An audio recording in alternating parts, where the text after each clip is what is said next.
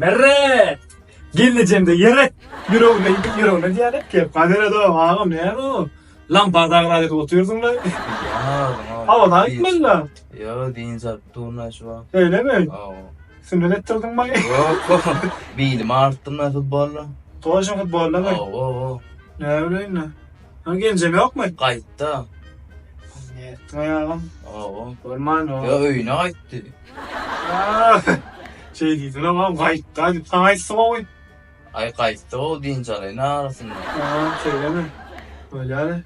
Bu ne sessiz oraya? Ay gencin sesinden var ya dedim da sonra bunu sessiz Hakikaten orayın. ay ya diyeyim de ama gencim genci ses var.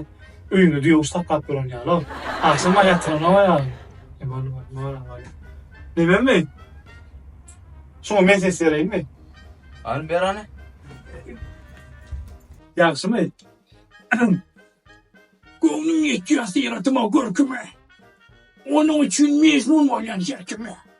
Amin ne edeyim koyun okta yerkimi. Oynaklayan gözleri karşılayamadı.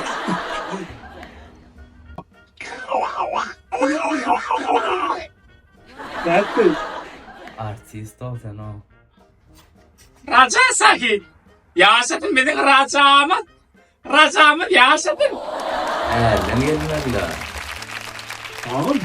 Bu öz reklam edildi adım abi. Arkadaş bunu Joy reklam edildi. Esvet kampanya şey. Türkmenistan'dan TL'ye getirildi. Ne mi var? Aslıca itildi. Ayratıyla önemli. Mukaddes kevyenin kara ürtümünün iyisi.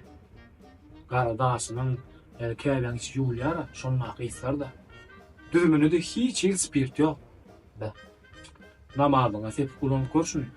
Ya da halina sep. Hızla vezkana sep. Ya eşin utuklu yana yengeme. Eşin utuklu su ederek şunu kullanır. Eşin kullanır şunu. İzin görüyor mu? Kovisi var. Uyarıysı var. Öngüde mora gayı. Oo. Yine şundan nasiplik gedam. Müşk var, müşkten san Oo. bereket, nuru, öğüde geliyor uyum ha ona na. Hatta uzat da şöyle tatacak. Ama yok bu da. Baka zamandan sen kuşlar.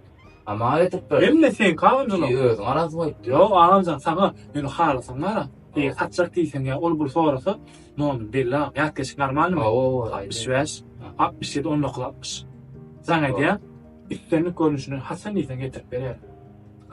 Ya ben çıktı. Ben canım. Oğlum tepe kaşlı ulan. Oo. Son havarlaş. Oğlum abi. Sağ ol. Tanrı arkası. Bele arkasına.